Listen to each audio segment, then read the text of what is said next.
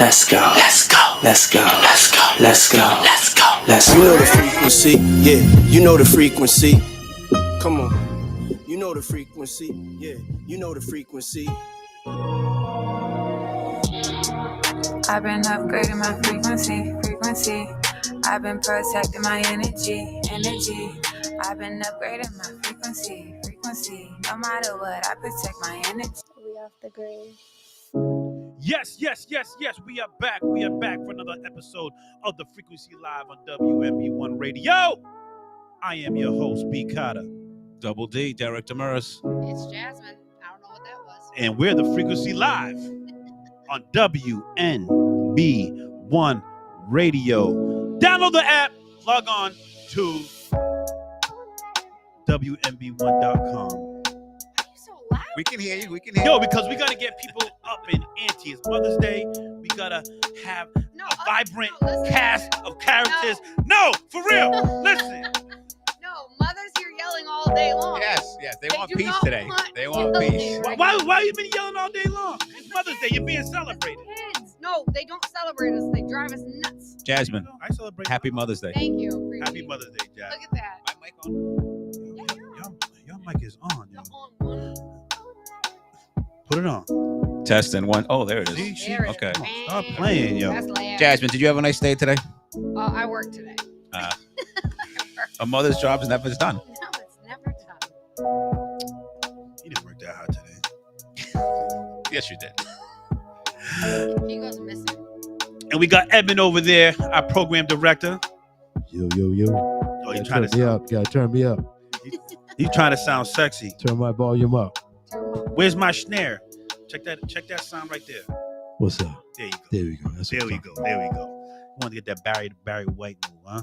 You know what I'm saying? So how was your weekend, guys? I mean, week. We was off. We had last week off. We had 2 weeks off. So how was your 2 weeks? It was awesome. I went to Florida, visited my parents last weekend. So that was great. 82 degrees all weekend long.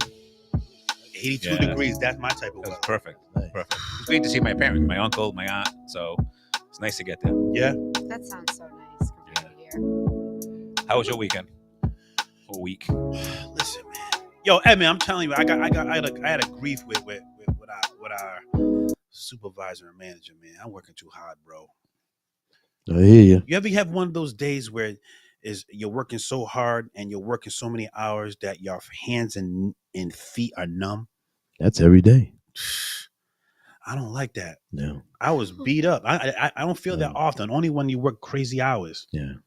I will say, can I give you a shout out? Can I give you a shout out real quick? Shout me I out. I bumped into you in Fairhaven. Yeah. Okay, did I not? By random. Yeah, I you did. don't even know where your route is, whatever. Yeah. You are mad hustling boxes and working hard. Yeah. I will say that. Okay. Bust my ass, man. And then you get to the weekend and you're working so many hours, then you only have like 2 days. Like today is the first day of the weekend that I felt any type of normalcy physically. Yeah. And that's not good. No. That's not good. No. Something has to change. But anyway, I'm not here to complain. How about you, Jasmine? How was y'all last couple of weeks? Lovely. Just lovely. Was it? Are you being sarcastic? Did you do anything special for Mother's Day? No. No? She worked. She worked today. Worked. Well, we have to have the I conversation. haven't about celebrated that. Mother's Day in probably like 4.5 years. Yeah. Okay, we got All right, we're going to talk about that later. We're gonna talk We'll about. talk about. Well, it's Mother's Day, and we're here to celebrate mothers. What I want to do, guys, I didn't mention this in our group text. Throughout the show, I want you guys to mention a mother. Obviously, you're gonna mention yourself or your mother, or mention someone who is a mother who probably you look up to, who throughout the show, who you may see, have an influence if it's on yourself or other people, just through, your eyes, just shout them out, throughout the show, because we want to shout out all the mothers out there. We want to say thank you for being who you are. So thank you, Jasmine. We're going to talk about what is a mother, though. What? Oh God. What is a mother? How, in our own words, what is a mother? Like, let's really get deep into that A word woman mother. that Wait. loves- We'll get into it. I would like to hear your opinion because you are one. And I'd like you to criticize or critique our words and what is a mother. All right. So we got a full show this week. We had the news. We're gonna talk a lot of Trump stuff. Well, not a lot, Yeah, but just a little bit. we're gonna mention it. Um, and we're gonna focus on mothers. We have the in the know and down the rabbit hole to see what Jasmine has for us. Jay I'm Glock. about to piss people off. Oh, here we go. I can't wait for this one. Oh boy. So keep it locked. I want everyone to download the WNB1 radio app, or I'm asking everyone to download the WNB1 radio app or log on to WNB1.com to listen to both our content and our music that we play during our music breaks. So we're gonna play some mother songs all throughout the show.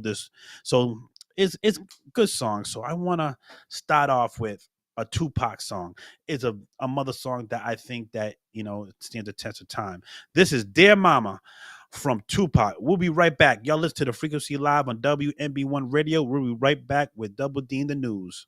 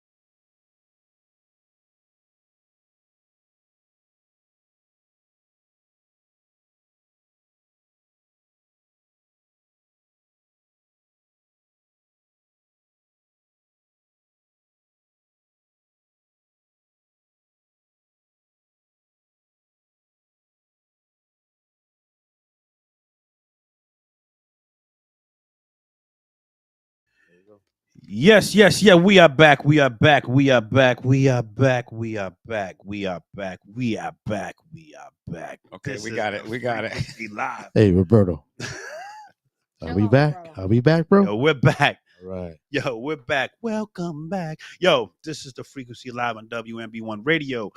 I am your host, B. Carter. With who am I with? Double D. And me. It rhymes, sorry. Oh my God. Let's get to it.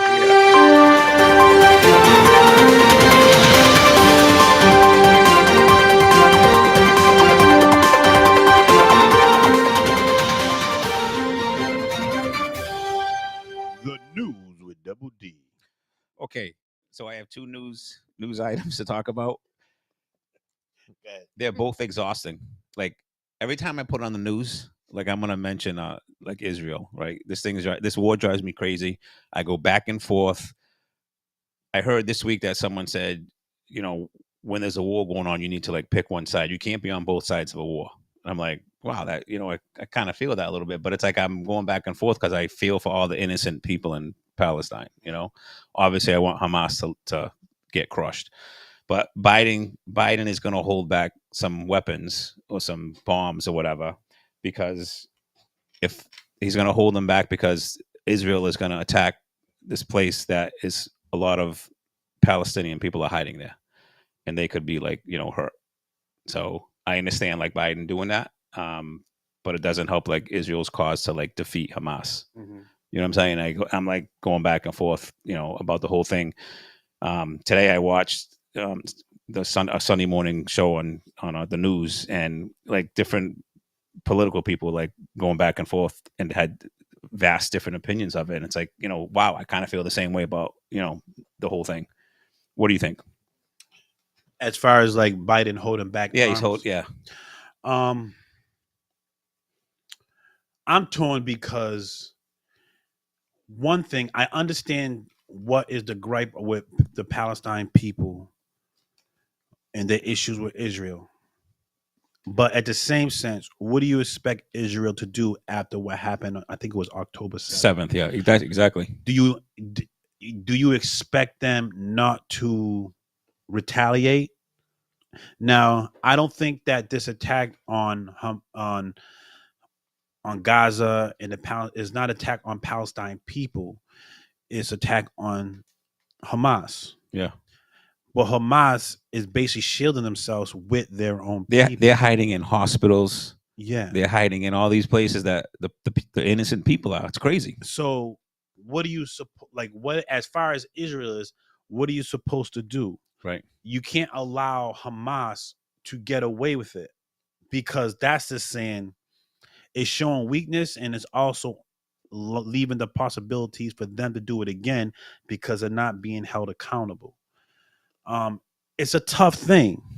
And where Israel is our ally, what do?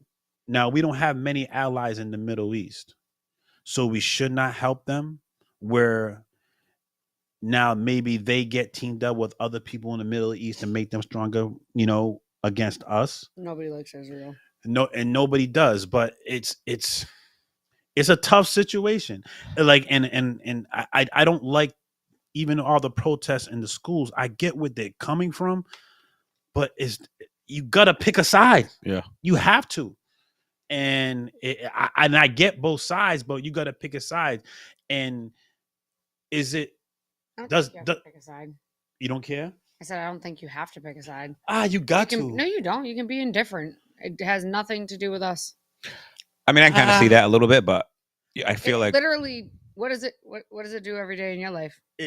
Well, you don't feel it, and that's the. So if you don't want to pick a side, you don't have to. No, I'm talking about as far as Biden and the administration and our government and our country. We have to pick a side. Which is going to be Israel, I think. Like it's going to be now. It's not like we're sending our troops, right? You know what I'm saying? We're not going that deep into it. We're not risking our own American lives for a war that has nothing to really do with us. But we have to. They're allies, because if we were in the situation in reverse, we would expect the same thing. Like Hamas has to be dealt with. It's like they just have to be dealt with. So, however means, I think that. I mean, I don't want to kill innocent people, but this is what I'm up against. I feel like I don't have an answer. Let's go back to 9/11. Yeah. And we're attack on our own soil. Same Yeah. thing. And we as Americans, we were okay with it. I'm sure there was a lot of innocent lives killed in that war that had nothing to do with good people, but we were okay with it because it happened to us. Right.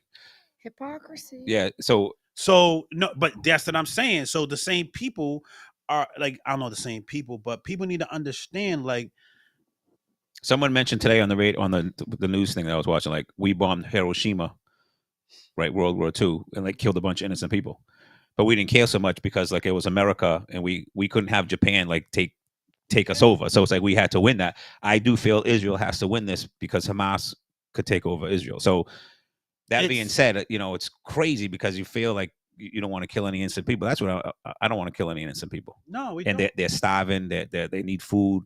But what do you do? What do you do? Yeah. So that's why I just believe like the being a president is so hard, yo. It's so hard because there's no right, whatever decision you make. You're not going to please everyone. It's not. Yeah, you're not going to please everyone. It's not. You just got to make the right decisions where there's going to be as less. I can't even use I don't know the word, but you know what I mean. The less casualties. Less casualties. Yeah. But also you gotta protect your own self-interest and for your country. Right. So yes, there's innocent people, but damn, this war is nothing new. Yeah. So even if Biden doesn't help and give you arms, is it gonna change what's going on? No, the war's still gonna go on. Right. So what do we do? So it's a tough situation that nobody wins at the end of the day because people are dying, especially people that don't deserve to die. So I think let me just add this one point before I move on. I feel like, because they were talking about, this isn't the first time that presidents like held back, like Reagan held back on something. So they do it in a way to like, well, we'll give you this, but you're going to fight it our way, or you're not going to put these innocent people at risk, which I kind of get. So, but according to like Israel, like they're gonna fight this war anyway, or they're going. This place is called Rafah. I guess this Rafah is where all like innocent people, over 1 million people. So like they're saying we're gonna go there anyway, with or without your help. To your point, like, which could weaken Israel in a sense if they don't have like the supplies that they need. Yeah. So we're kind of, what I mean. It's a tough spot. It's a tough spot. Like war is a tough spot because innocent people are going to die in war. I don't agree with war. I don't understand war. I don't know why we get a result of violence. I don't understand why we can't handle this in a diplomatic way.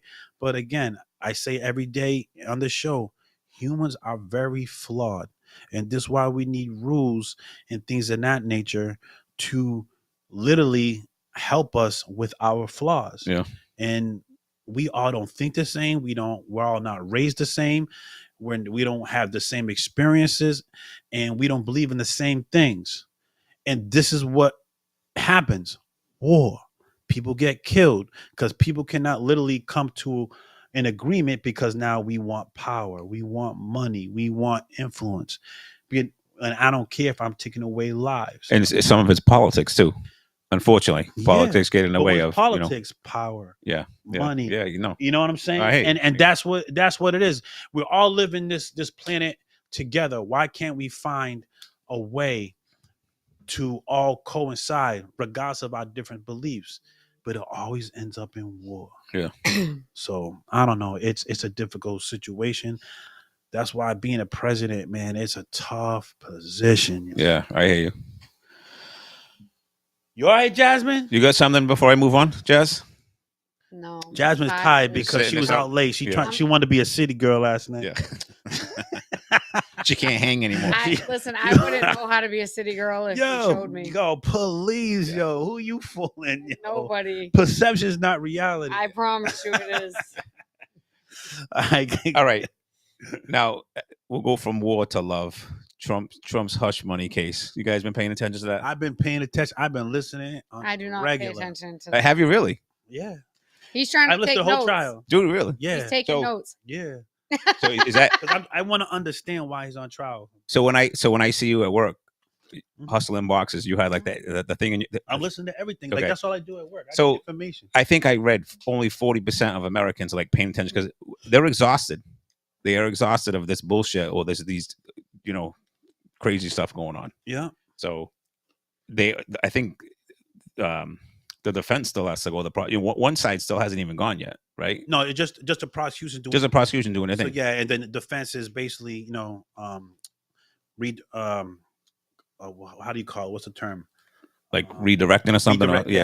Doing their redirect. Yeah. So it had like the You mean defense had cross-examination. cross-examination. I think this whole thing's a waste of time and money, to be honest. Why do you think that? Why do I think that? Yeah, I think because it's politics. Because if he goes to jail, he can't win the election. he's not going to go to jail. I don't think he's going to jail neither. But I think even if he's found guilty, he's not going to jail. But they tried to put this thing in trial to keep him from being president. What do you think the trial's about?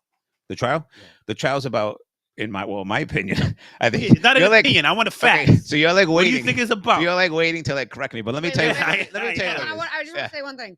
You can't say what do you think it's about and then say it's facts. You said what does he think it's about? Yeah. Yeah. What does he think? It's about. That's not facts. That's what he thinks it's about. So what do you? Yeah. What do you? It's about. What's your fact? What is your fact? He paid off Stormy Daniels through an attorney, right? So that it wouldn't come out that he had this affair before the election of 2016. Right? So he didn't want he didn't want the wife to find out, and he didn't want the American people to find out, so maybe they wouldn't elect him president. So he paid off $130,000 to Stormy Daniels through his attorney, with like being a political payment or whatever, right? Didn't say like hush money to a stripper. It was like a political thing to pay her off. She signed a disclosure, which is not illegal. There's nothing illegal going on here, I don't believe. So you think it's not illegal going on? Well, there's not signing a disclosure is not illegal. If there was some funds, and we're going to find this out coming up this week, right? If you're listening, I feel like they're going to start the paper trail with the money and the transactions. So that could be like a gray area, I guess, or something that could be found guilty, whatever. But someone sign a hush money thing, that's not illegal. They're not a hush money, like a non-disclosure. No, that has nothing to do with the non-disclosure either. It's using campaign money to pay off someone who has nothing to do information about you that may affect your candidacy. So what information?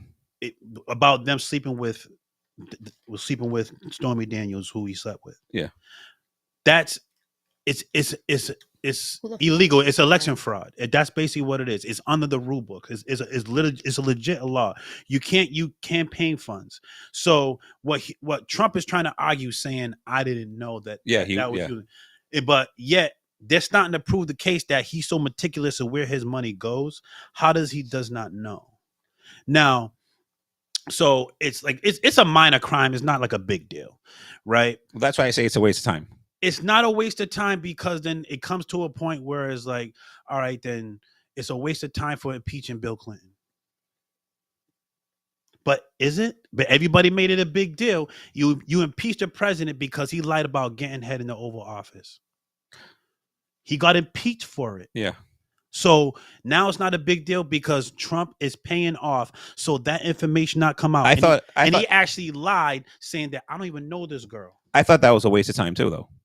But that's my point. But he still got impeached under the law. Under the law. There's a law that because he lied for it, he was able to be impeached. If the law didn't exist, you wouldn't be able to impeach Clinton. It's a minor thing. It's not a big deal. But listen, if it's good for the goose, then it's good for the gander. So now roles are reversed, right? And now we're gonna hold you to the same standard that you held Bill Clinton to. And it's literally underneath the law. Is it a big deal? No. Because at the end of the day, but you was hiding information with election money to help your candidacy. He's trying to say, first he was saying he didn't know anything about that, but they were trying to say like he didn't want his wife to know because this is after the fact of the Access Hollywood scandal came about. Yeah. Right. So he knew that if this came out, he's dead in the water. right? But yet he's still lying, saying, I don't know this girl. I don't know this girl. And she went on the stand and started explicit details, yo. So it's like y'all already is like crazy details. There's no way she is lying. Yeah. So it's like and even the cross examination from his defense is like, yo, what are we doing here? Like it's ridiculous. Now, so far, what they're leading up to the big man of the lawyer that's gonna, like the star witnesses hasn't come up yet. They're just slowly building their case up. The star witness is he's been like lied over and over again in court. But he actually got convicted for the exact thing he's testifying for. Do you realize that he got convicted and served jail time for what he did for Donald Trump? So so now it's all about them proving Donald Trump told him to do it.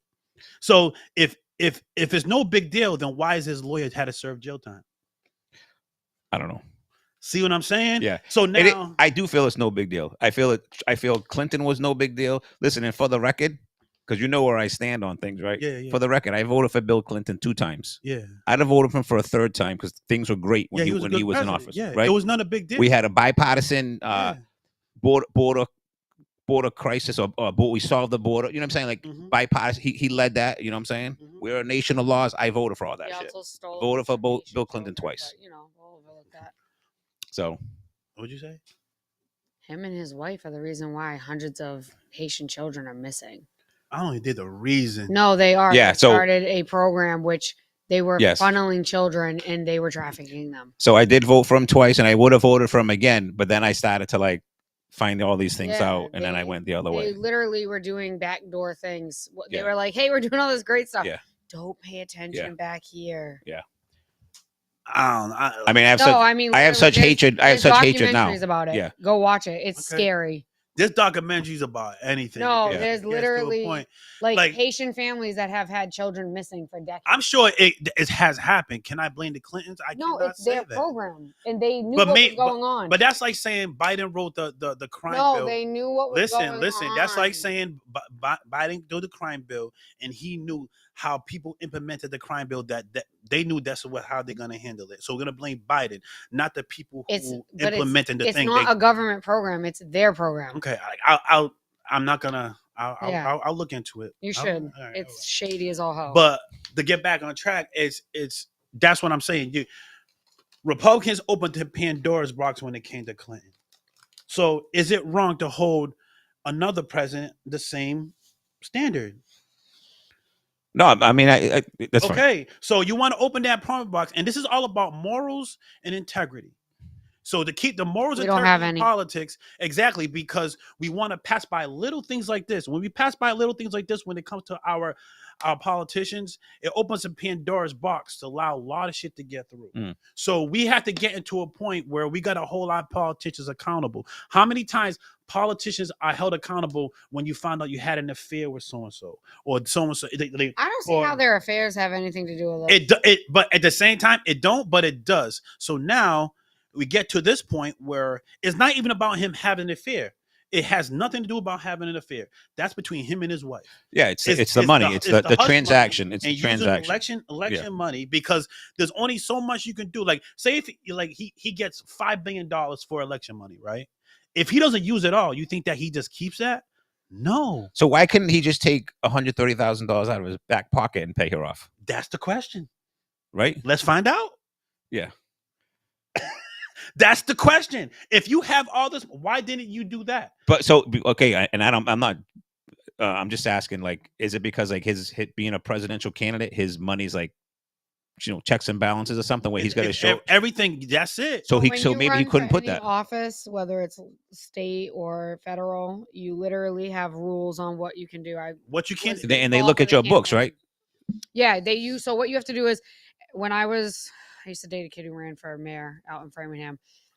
You have to submit your books like every so often to the campaign race. Like they have to know how much money you raise, where the money's going. They want to see every dollar accounted for. So he didn't want to pay out of his own money, because it would come across as, or who knows, maybe it is the lawyer who does this weird shit. But even if he did, when you're a presidential candidate or You any can't use candidate, that money for you can't anything. use money to affect the election because you can't. It doesn't there's even election laws. but it doesn't even matter about the election. It's you cannot use that money for anything outside of the election.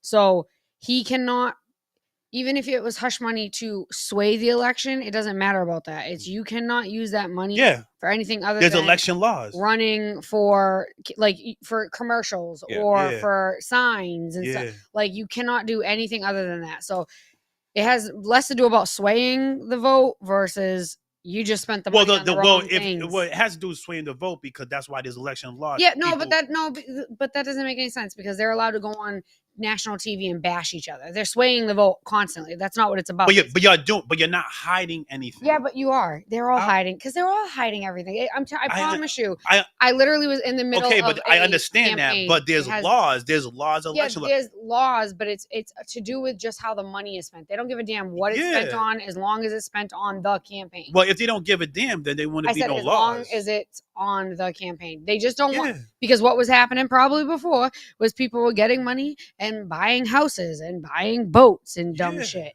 But they don't care about that girl. They just no, they don't. That's what I'm saying. It has nothing to do with the affair itself. It has nothing to do with her. No, it has nothing to do with it. But she was on the stand because first he was denying the affair for years. Yeah. So first you gotta prove the affair existed. Yeah. So before you could talk about they had to build it up. Yeah, I get it.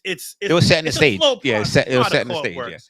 Yeah. So I mean, I tell you what, because she was on the stand, she embarrassed him.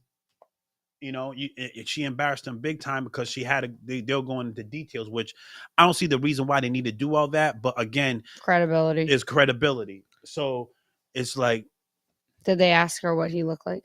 Yeah, everything. I don't want to know. I don't want to know. It's crazy, and she even said, "She goes, I wasn't drugged, I wasn't coerced. Goes, I was. It was not. That's it has nasty. nothing. It has nothing to do with that. Yeah, and it was. They even asked. She's like, I was pissed off at myself by putting myself in this position, and I was like, oh well, I guess I have to go through with it. Yeah. But at the end of the day, why did she go do it? She told the reason why she went through with it because she wanted to be on The Apprentice and and all that other stuff, But but that has nothing. Really, I don't know why I'm talking about it because it doesn't matter because that's not what the case is about. It's basically how he's using campaign money. Yeah, and it's an election. It's just another thing to try to stop him from getting elected. Yes, thank you. That's my thought too. But we can check back on this topic in a month. Okay, I'm just saying it's a tactic. It's a law. He broke the law. Yeah, but if it was somebody who was highly liked and loved, they wouldn't even. No, if someone, but if like 4 years, this is 2017. So let me ask you this: so, if any politician outside of Donald Trump found out you had an affair with another thing, how many politicians is like, yo, you know something? I'm out of the race. But Trump is the one person that gets away with this shit. He goes, he knew after the Access Hollywood stuff. If this came out, he was done. Right. I don't. But so non-disclosure paid off. That's fine.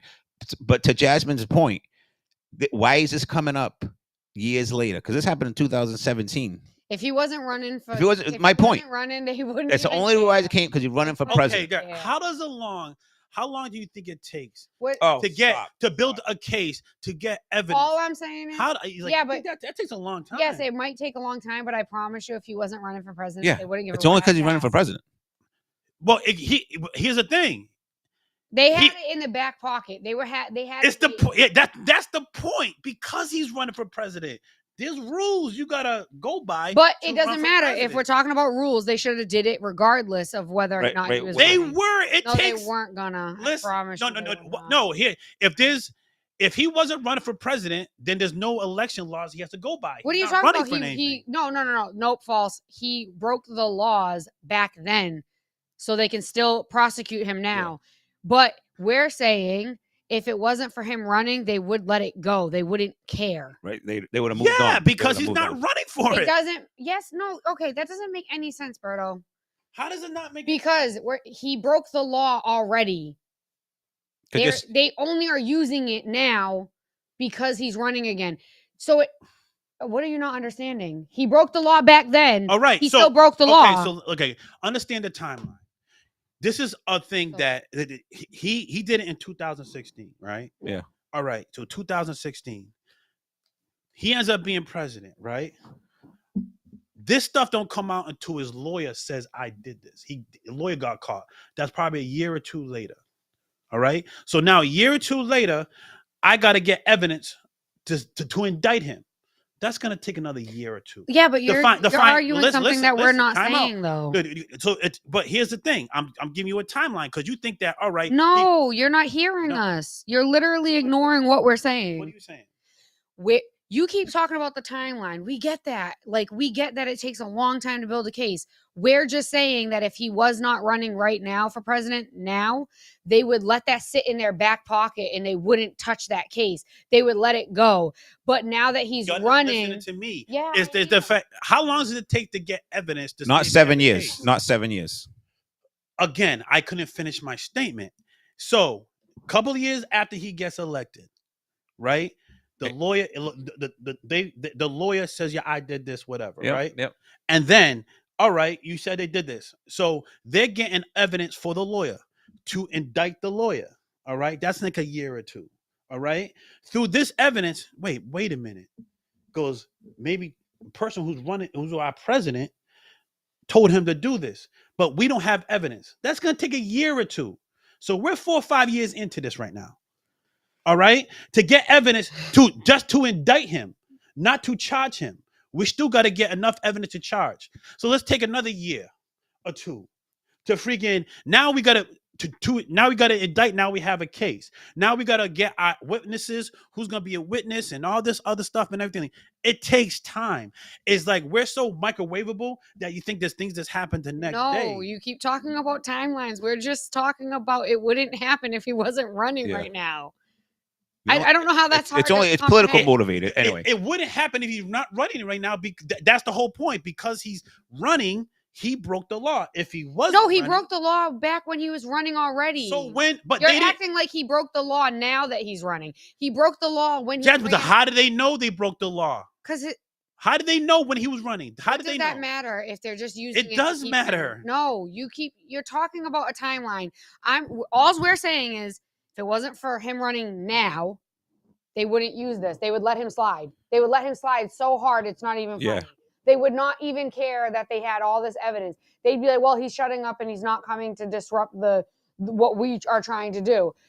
But he already broke the law. So in a world, if they were doing it for the right reasons, he would be having this case regardless.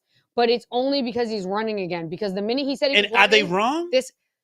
Yeah, because it shouldn't be. The case should have happened. So how come they? How the case could have happened? They didn't have the evidence till now. So you're telling me they didn't have the evidence? No, until he said that he was running. No, here's that's no. Really. See, you're not you're not understanding. No, I do. I understand. So that happens. That happens, right? Yeah. So they're supposed to know if it happened on June. They're supposed to have all the evidence to indict him and charge him in July.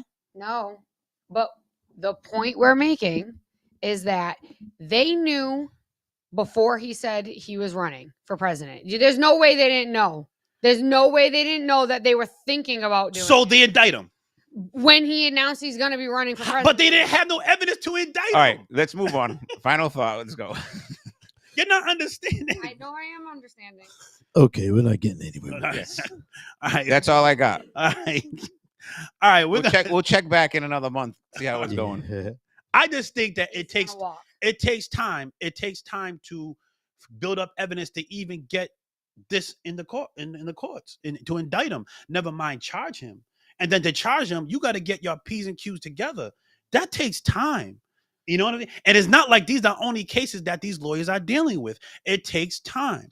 But in my opinion, it is a kind of like a tool to stop him from running. But are they wrong? I'm not saying that they're wrong, but that's my point because it wasn't in 2016. It couldn't have been in 2016. It takes time to indict him. True. You know what I'm saying? It takes time. So they couldn't charge him in 2016. True. They couldn't charge him in 2017. But because of the election, he's trying to, run for this next election. Yeah. This is all this stuff's. But everyone that was involved in this hush money stuff, yeah, everyone that was involved around him are going to jail. How does it work? How does we see when it comes to, like, let's say, like the street stuff? They don't go to the big guy first. They get all the little guys first before it reaches True. the big guy, and that takes time. True. You know what I'm saying? Mhm. But you going to all the little guys, it builds up your case to a point where now you have enough evidence, enough people to be witnesses to go at the big guy. That takes time, especially when it's a sensible case when it comes to the president. You know what I'm saying? Like, there's RICO cases going on with people in the streets, and it's taking a couple years. Mm. And those are unimportant people. Now you're dealing with a person who is important, and has influence and money. Mm. That takes time. Mm. And how many times that he basically tried to slow down the process, changing his lawyers, asking for an extension. He was doing this. It takes time. You know what I'm saying? That's why we're here later on. Now it got to a point where he doesn't have no bullets in the gun to use. You're gonna have to go to the court.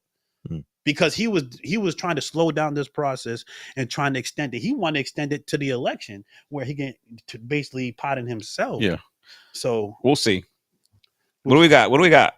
Anything else? No. Come on, gotta have more than that. All right, we're gonna take a music break, and we're gonna come back with In the Know with Jasmine and Down the Rabbit Hole. I think we already went down the rabbit hole on this one, though. So we're gonna play mother songs all night long, and I want to play Ashanti. It's called Mother. We'll be right back. This is the Frequency Live on WMB1 Radio.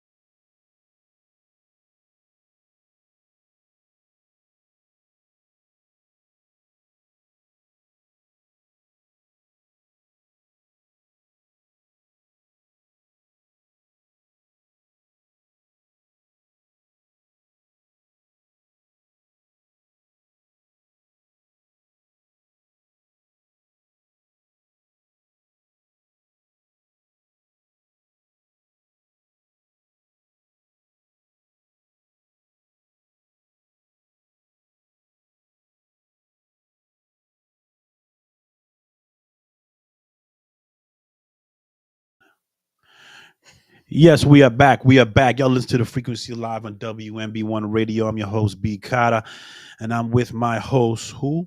Double D. And me. Who's me? Who is me? I go by many names. Oh, many woman, many woman. What are we doing? What are we doing? What are we doing? We are going. We're going into the we- know. There we go.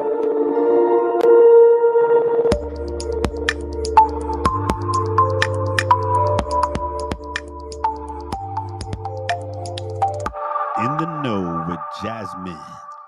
All right. So, because New Bedford does not have a lot of things to do as families, I had to search Ain't for this some the stuff. truth? Yeah. So there is Skull Island at Boss River Sports World, 934 Mass 28 South Yarmouth. I know that's kind of a hike, but a lot of people like to go to the Cape when the warmer weather comes. Yep.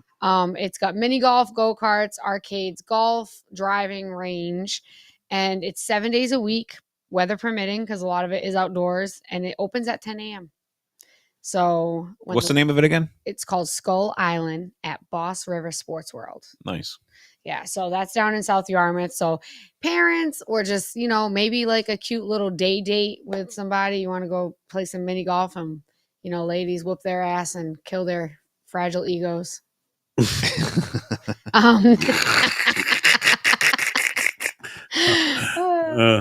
I just, I like to play too much. Then the other thing is doggone sailing charters. Again, this is on the Cape, but with, I was thinking of Mother's Day, right? And just the summertime, and maybe some of your moms have birthdays. They have, it's at 10 Macmillan Pier, Provincetown, Mass. So like way on the tippity top of the Cape. At it's from 6 a.m. to 8 p.m. They do sunset viewings, weddings, and burials at sea.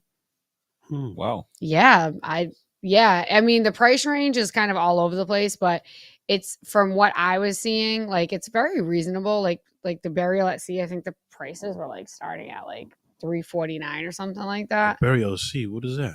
You can spread the ashes. Oh. I thought that was illegal, but apparently you might be able to do that now. Yeah. Oh, I guess. okay. I don't know. Or I guess who's going to stop you, right? Mhm. Once it's in the ocean, Yeah. you can't get it back. That's not funny. Something wrong with you. Sorry. That's fucked up. I mean, what are you going to do? Gather the ashes in the water? Like, what are you going to do? I'm gonna be spread at sea someday. Really? Yeah. I told my kids, take me to Aruba. Oh, that's a good Go on one. like a charter thing at night, Yeah, and sunset just- cruise or something. If you want to keep a little bit for the the mantle in an urn or something, but get rid of me in Aruba. You want to get cremated? Yeah. Yeah. It's just, I feel like there's There's they're enough not people buried. yeah, they're not making land anymore, and we're like burying everyone all over the place. Like, just put me in a little cup. Little cup. Red Solo cup. Put in a red cup. Yeah. All right. So this event's coming up, guys. Acushnet Public Library has summer concert series. So this is a nice one again for like maybe a date day or date night. Really, a cushion Or it? with yep. Or with the kids. It starts June 26th, 6 p.m. The address to the library is 232 Middle Road, Acushnet, Mass. It looks like the first night will be 60s themed. So, get right. out your poodle skirts Yeah. and just, do the twist. And then there's the New Bedford Museum of Glass. Reason why I wanted to bring this up, it's not an event coming up, but anybody know that it sits right here on County? Where is that? New Bedford Museum of Glass. Like if you go right up to this lights Yeah. Yep. and then you take Left. a left, Yeah. it's that big ass like house looking thing.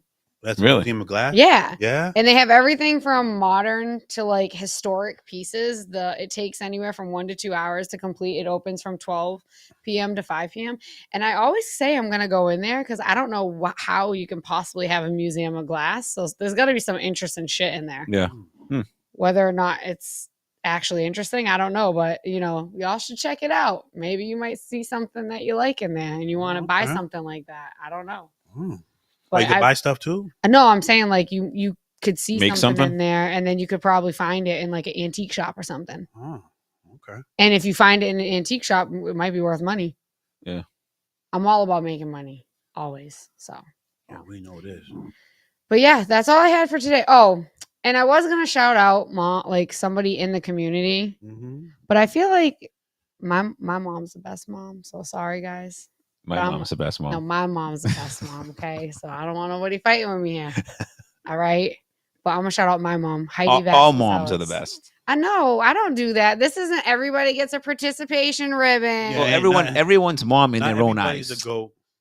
You guys are There's just, only one goat. everybody's always trying to. What's this? You're the best mom. My mother was the best. Oh, all right. So we're just gonna argue, but We're gonna have a discussion. What is a mother, and what makes her the best mother? We're gonna have the discussion because I disagree with both of y'all. All right, it's coming up. What do we got? Right? Listen. You about to trash your mom on it? Respect. No, You I about ain't to trash. disagree? I'm letting Respect. you, like, we all know what the truth is. Respect. But that's all I Disrespect. have for today. So that was Jasmine. Thank you for in the know.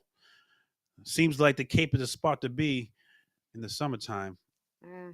No. If you like the traffic. I figured because like there really is nothing here in New Bedford that like once the summertime comes, like we have the beach, but like they were doing that reggae at the beach. Yeah, they for a don't do little that bit. anymore. I don't know. Yeah, they do. They just do. Yeah, but New Bedford has a habit of like doing something and then for stupid reasons, maybe we can't do that no more. Yeah. So I'm waiting to see. Yo. I haven't seen anything about it. Hmm.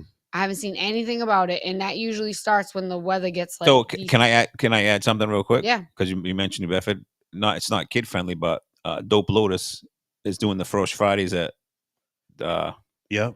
the vault. Yep. The vault on so Friday, June 2nd. Every Friday in June they're doing a concert. Yeah, series. and they're gonna be here the Sunday before their first event in June with Brent Tavaz and Joakim.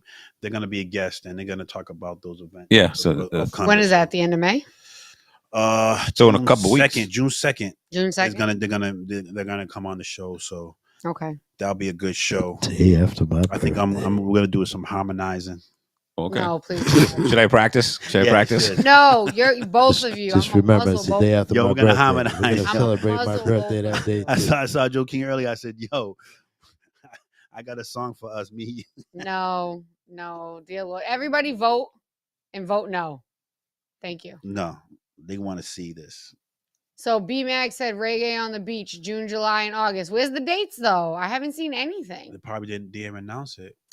They're slacking. June's right around the corner. We'll get on that. We'll get on there. I'm sure WMB1 Radio is part of that. So thank you for that. Was in the know with Jasmine. Now we're gonna get into down that rabbit hole. Let's walk into it. Stunt into it. Skip into it. Yeah. Damn, how did I get in this rabbit hole? Damn, Jasmine, can you tell me what's in this rabbit hole? Going on? This is not my. He can have this segment at this point. I don't know what's going on. So what we got for us? All right, you guys ready for this topic? Oh, here we go. I'm just lay back. Toxic single mother behavior. Ooh, great segue for today's show. Great segue. So I have an issue with like a lot of single moms. I'm not all of them. I know a lot of great ones, but there's a lot that they lean into the identity of being a single mother. They like are proud of it, like not having the dad in the kid's life or not being in a relationship with the dad, and they use it as like a shield or like a badge of honor and brag about it, like, but act like they're not bragging about it. So like they'll try to like convince you that life was so tough, but like they just love talking about how they did everything themselves. Yeah.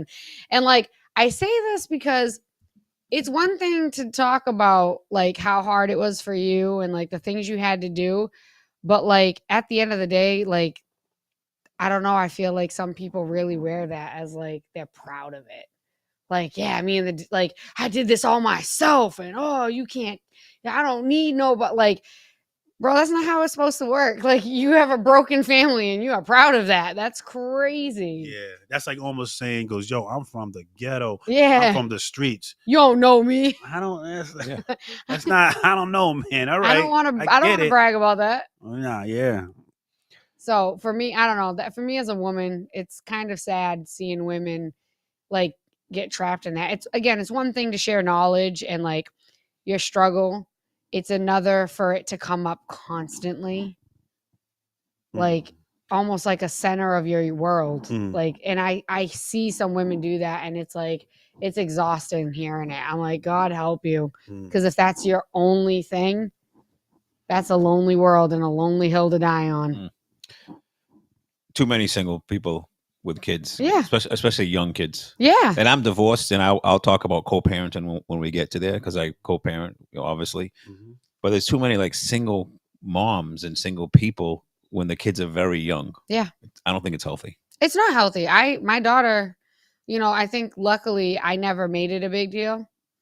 And when she would ask, I would just say, sometimes parents aren't ready to be parents, and that's okay. They're doing you a favor because they're not hurting you by not being here.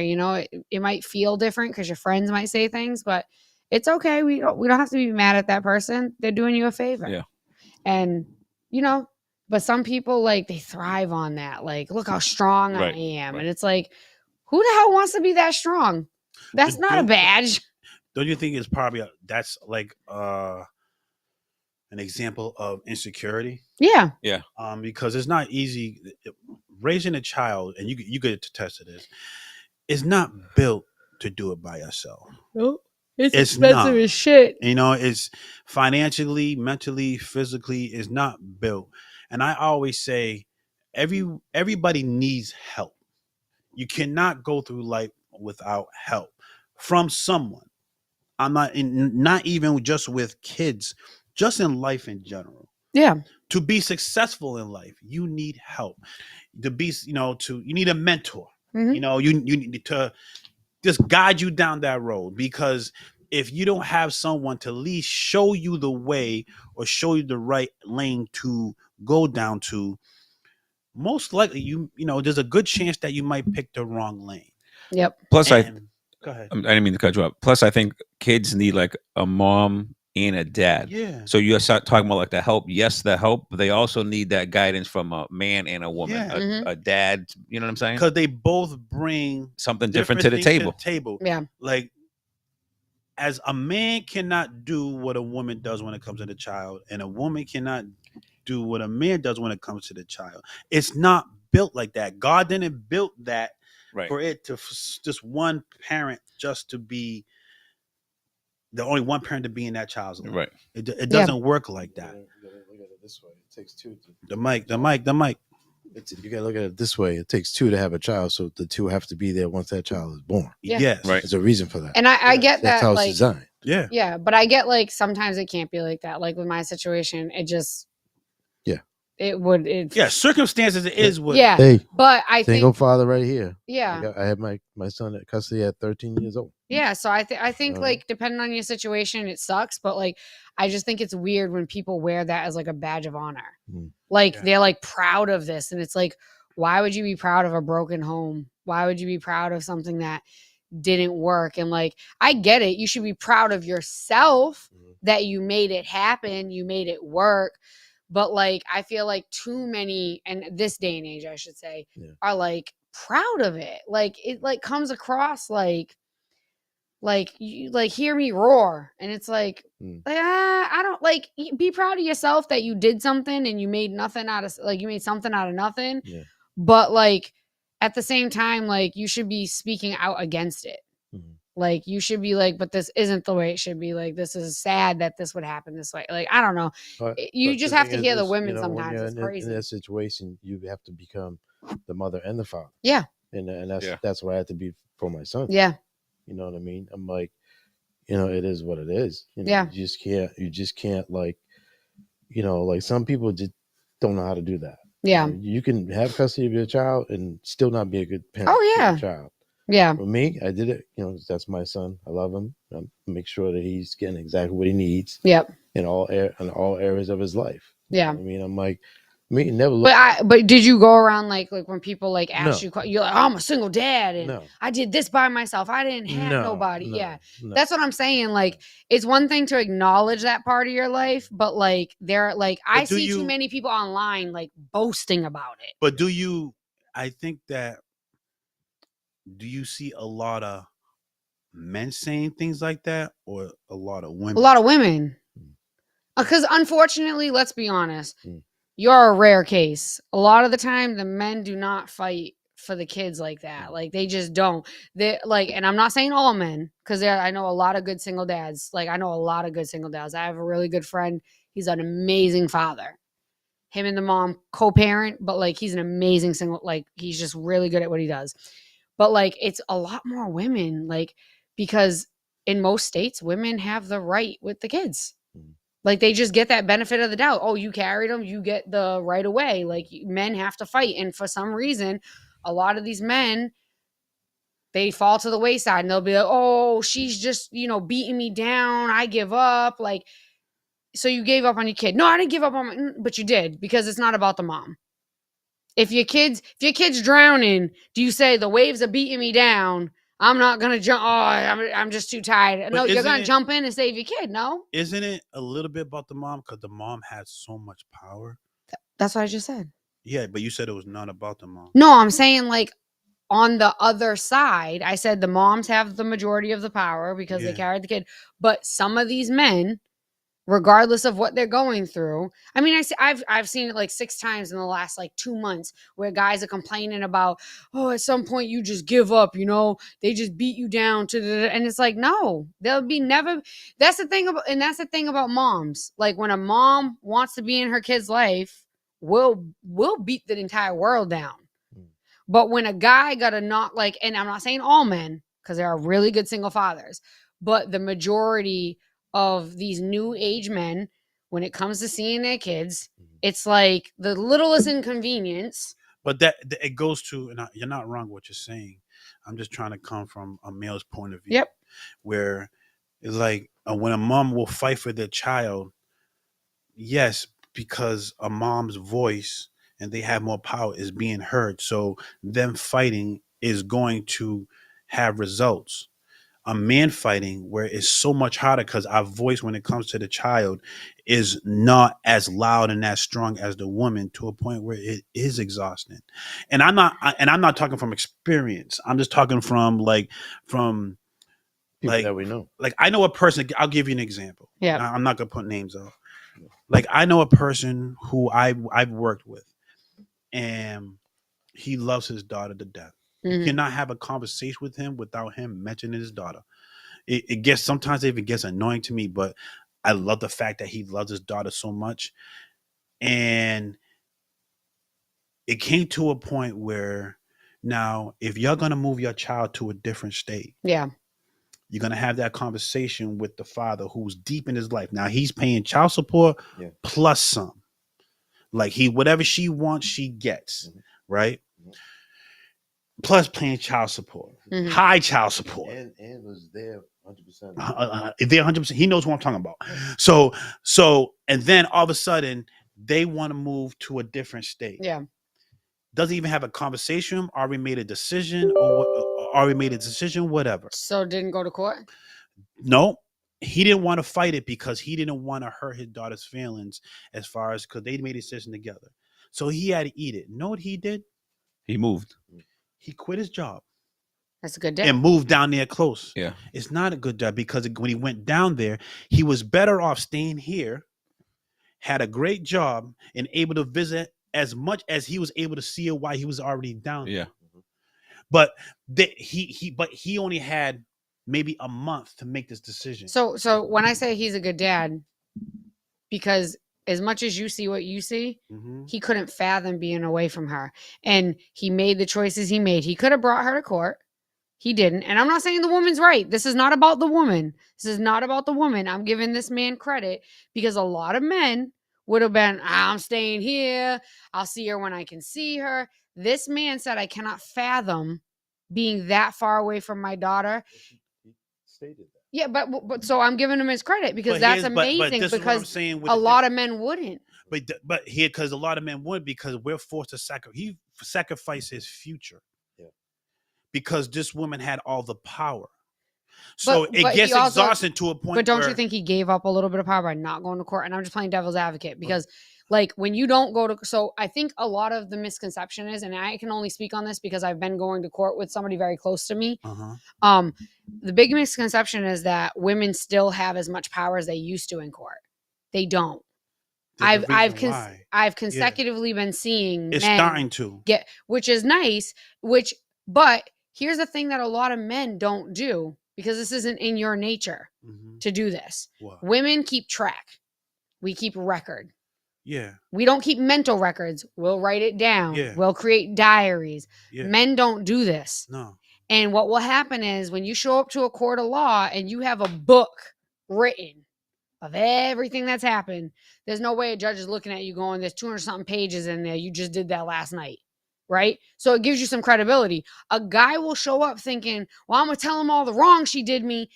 And there's nothing to prove it. There's no nothing you got in front of you. But why does it have to go to that? Want to know why? Because same reason why when Trump is in his court case, you need evidence. You need evidence. The judge, because everything's hearsay until there's evidence.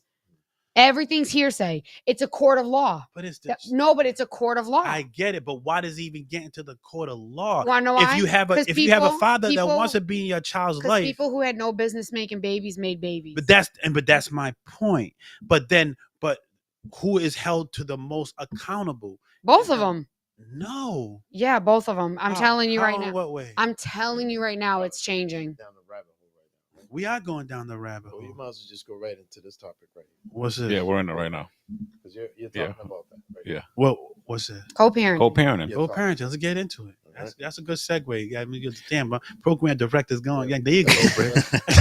No, but like it's changing. The world is changing. People it's changing, but then you got to understand why it's changing. A lot. So can I give you my 2 cents, my opinion on this? And I don't have kids, so I'm just speaking off of just other people's experience. So, well, my experience when I got separated, my kids were 7 and 10. Yeah, roughly. Okay. And when I left the house and got divorced, I had them 50-50 custody. So I was with them 50% of the time. They were with me. And to your point, like the court system, because we went through mediation, and the mediator was like, the court's going to give him half the, he's good. He's a good dad. He does daycare. He like takes care of him. The court's going to give him 50-50. So she didn't really fight me on that. But if my kids were younger, like in the state of Massachusetts, because they were 10 and 7. But if they were like, say, 5 and younger, the court's probably going to give them to the mom. Full time. You'd be surprised. I think when the kids are real, the state, and I was in court a lot. I think when the kids are younger, the mom kind of gets them a lot. I can tell you right now, for a fact, I have somebody very close to me, under the age of 5, who, since they've been in court, it's been 50-50. I mean, the entirety. That's great, because I feel like that's the way it should be. I think. But is that the norm? Yeah, I'm telling you, it's the norm is the mom's. Yeah, that's the norm. Yeah, like let's keep it real. It's like not if you fight though. But why do you have to even fight for your child? That's because two people who had no business and can't. All right, but if you're a mother that want to be part of your child's life, and I'm a father being child's life, there's nothing to fight about. You want to know? Yeah, but there is though, because you got to, like you said, people are flawed and they have hurt feelings about their relationship, so they're fighting. They're fighting. They can't even agree on the sky being blue, even though both of them know it's blue. It's like politics. You need the court to step in, because you got two idiots trying to listen. I know 2 people. They're the best co-parents I've ever seen in my life. One, you guys might know the female Shaquilla Marie. No. Korea. Her mother's a big. She's like big in the community. She helps a lot of people up. I grew up with Shaquilla. Shaquilla and her child's father, they're the best example of co-parents I've ever seen in my entire life. If one wants to go on vacation, the other one will take the kids and the dog and watch them and send them videos and this and that. And when this one wants to go, they'll even do stuff together so that the kids, I have never seen 2 people co-parent with such ferociousness because they love their children. But here's the thing. Like, my mother retired from probate court. Yeah. Right? Literally, my mother, through what I'm telling you, like, she's told me stories. She purposely tries to help them, man, because she knows that they're working in the negative already. Yeah. She knows it. She tells me, sometimes she's talked down these girls. Just like, yo, do you really want to do this? Yeah. All right.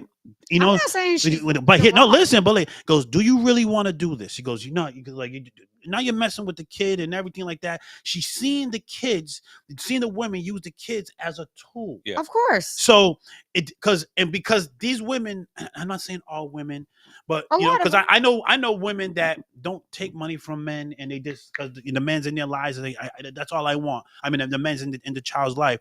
I'm not saying that, but most often than not, that's what it is. I'm not saying there's not good ones. More often than not, the rules are changing. The reason why the rules are starting to change and not to changing where it's completely equal is because women have literally took advantage of the system because they're held to they're first given the benefit of the doubt. So Well, I mean, yes, when you carry something for 9 months and then birth. Yeah, so I mean, what I'm saying is that entitlement there. That's the mom carries that weight. But I mean, the mom has that. I get it but and I it's- respect so it. here's the thing, though. It's not even entitlement. Like, let's be honest. Like, What? and I know dads who you love your kid as a dad. If you're a good dad, you love your kid. But you had to wait to bond with that child until the day it was born. A woman's instinct, a True. woman's nature True. started at the time we found out we're pregnant. Like, we spent time, we have a heartbeat with that child. Our heartbeats were in sync. Yeah. We fed that kid. And while as much as some dads like you are very present, you don't have that same initial like fears and like when they're in your stomach, you're like, oh my God, is the cord gonna wrap around this kid's neck? Is this like, stop moving that, like, get too much of this way? Like, you start having all these irrational fears that the man has no idea what any of that's like.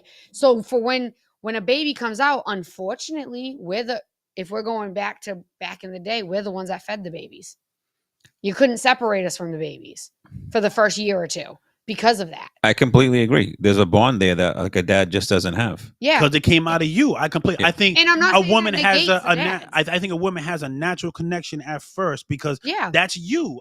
We totally but that's get why it. the courts do that, because when you're looking at like breastfeeding, before there were pumps, you couldn't take the kids away from the mother. Yeah. Like, there's just no way that baby was going to get fed the way that they should have if we're talking a breastfed baby. And that's how, but So let me ask you this, because this goes into Yeah. the topic of when co-parenting goes, is there an age that a child should or should not live with a parent? Meaning, is there an age where, like, for an example, let's start off with a boy. Well, let's start off with a girl because I'm gonna respect women. Goes, let's start off with a girl. Is there an age where the girl should go with the male they're separated and Like 50-50 co-parent? like not 50, like say like, all right, and when the child's young, because for what you explained, they live with the mother. Is there an age that you get to a point where the child needs the influence from the dad where they live solely with the dad? no, No, it should to me, it should always be 50-50. If you're split, it should always be 50-50. 50-50. Because that dad's not going to know Meaning what the what? hell What to does do when that 50-50 look hormone's like? What are hit. we talking about? Like, what does 50-50 look like? Half the week. Half the week. If so, Or however your schedule some people is. do 3 and 4, Yeah. and then they revert it. 4 Even and when there's 3. like a 5 years old, like a toddler. Or anything Yeah, like that? I think 50-50. It 50-50. does nothing. It does nothing bad to the child. Like, I have cousins that grew up that way. Their parents swap them all the time. But if you are effective and you guys are on the same page, it does nothing to harm that kid. It shows them that, hey, they might not get along as a couple, but they did this for me. And it shows kids good conflict resolution. If anything, like 50-50. There's no way a dad. It lets them have both parents at the same time. Yeah. They're not living under. Yeah. You get to still have the same amount of time. Kids, like, they bounce back from so much stuff. Yeah. So you're better off Resilient. resilient. You're better off at the very beginning, 50-50. Yeah. So if the mom has the kid all the time, right? 4, 5, 6, 7, 8 years old, and the dad's like, yo, I want to have the kid like It's not gonna 50-50. work. It's not going to work because now the mom's going to argue, well, the kid's comfortable in school, they like he's used to doing this with bedtime and all this bullshit, right? It's very difficult to get out of that habit. So my point is, very early on, if you separate it, it should be 50-50. My opinion. I kind of I hear you, and I actually kind of agree with that, but I also believe that like for an example, maybe because I'm looking at a boy's point of view, girls' point of view is like it's because girls are tough. Girls are tough. But when it comes to the boys' point of view, so I believe that in the younger years, I think because of what you're saying, the nurturing aspect of a woman, the connection with the women, that the child should be with the mother when he's young. At a certain age, I don't know, I don't got an age offhand I may think of that. I think that as a boy needs to live with his dad and be around his dad more 24/7 as he gets Yeah, older, but then because he's I missing feel like the women part. He's missing that nurturing. Yeah, I completely It's agree. gonna be so. Put it this way, but he like, got the nurturing pot to a certain age, maybe to like maybe no, age it's not 12, enough. 13. Yeah. Would it And have now you're been going to your better? teenage years where what he needs to learn to be a man, a woman can't teach him. Would it have been better if, I don't know your circumstance, so I'm just asking, is if there could have been both parties and Well, you didn't have to play mom. In my case, I had to be both mother and father. Yeah, but I'm saying like if we had a He better wasn't getting yeah, what he needed to get from his but mother. if he could, would it have been better? Because you're not a woman, right? No, it would have been better. Yeah. But the thing is this: you as a father, you got to make sure that if you can't be that type of mother, give him the mother thing, you have to have somebody in your corner. Yeah, like a grandmother or something. So I had that. Yeah. You know what I mean? He had, and my sister-in-law, he had people that would pick up. Yeah. What I couldn't like get into. But that's the point I'm making. And opposite too. You can't replace a woman. No. And just like I can't replace my daughter's father. No, but exactly. you gotta male role models. I do it, but she has my dad. Yeah. She has Elvis. She has my cousin Nico for years. Yeah. Would come and pick her up and kids needs both. her. Yeah, they need both because I get what you're saying. Like, oh, the boy needs a dad, but they also, if there's no feminine energy in a male's life, then you have very hard men. No. I feel like a lot of men, I'm not saying men aren't capable, but a lot of men lack that, like, they don't have that understanding that just because I express my feelings doesn't mean I'm soft. A man is more masculine to me. A man is more masculine when he can admit he's wrong, when he can express his feelings. Hell, cry in front of me. That's masculine because you're comfortable in yourself and you are able to be like, I'm a person. I'm allowed to have feelings. Yeah, but some women, if they see a guy cry, they're gonna say you're weak. But that's because they probably were raised by what? A single mom who is damaged. Let's be honest. Who's damaged? And that's not a man. Ma'am, you don't know what a man is. You can't even keep one. That's the point I'm making. Yeah, that's because if you're a single mother raising, I'm looking at a boy's point of view because the girls is tricky. Is like, again, you're a single mother and you may be raising him through your experience, and his experience is not going to be your experience. Yeah, but single mother how though? Because we're talking about it doesn't matter how. Yes, it does. Because if the father is in the picture, then you're you're a single woman, but you're co-parenting. But I understand that but at the same time, I feel like at a certain point, as a boy needs to be more around his father at a certain age, around his father, to prepare him what he's going to deal with as a man. A woman is not going to be able to prepare a boy what he's going to deal with in a man. So if you have that 24-hour type of parenting or lesson, I feel that it would benefit the child who is a boy. Now, a girl, we can have that discussion that's why girls are tough. The thing is this: in life, you get in a certain age, boy and girl. Now, the parents themselves will have those conversations when it's the time. And that's the thing. Yeah. When it's the time to have those conversations, to have those lessons with your son or your daughter, whether it's the father or mother, it's all about time, and it's all about the parents' responsibility to give them the information when it's time. Yeah, but I feel like just because, again, going back to how it should be, it's supposed to be 50-50. Of course. When you have two parents living together, the father don't all of a sudden go, well, we're going to move out and he's only going to stay with me because he needs that real man attention. If the mother and father are in the home, that's 50-50. Regardless, you get what I'm saying? Yeah. It's always 50-50 when it comes to kids. Yeah. So, like, for you to say, like, he would go live with his dad and have way more time with his dad, then you're still disrupting the natural order. Yeah, 50% of the time you're going to have enough time with your son. I don't know, because as more and more the boy grows up, the biggest influence in his life, if they're living together or not, is going to be his dad. you're gonna relate more to his dad, regardless if together or not. But the mother is the checks and balance. You get what I'm saying? Same thing with the girl. So let me Like, ask. But the dad is also the disciplinary and what you mean? Most people's mothers are disciplinaries. Even in my father and mother were equally disciplining my ass. Yeah. But like, so I'll just use me an example. Mhm. So I mean, I had my kids 50% of the time, but you know, I was always on the baseball field, like coaching. I was always basketball coaching, like not on my days, like, you know what I'm saying. So I was always involved in my life, in my kids' life. Yeah. You know, so I think that's the thing too, is when you're co-parenting, there's involvement in your kid's life, not just, you know, that's not my day. I never miss a practice. But here's my game. thing. But here's the thing: as he's growing older, I'm not saying that that dynamic has to change as far as who lives with who. But I feel like there's gonna be a time. There's an age difference where the kid's gonna be around the mother more than the dad. I think there's a gap that needs to be. You know, 24/7. I'm not saying the dynamic of the co-parenting is not 50-50.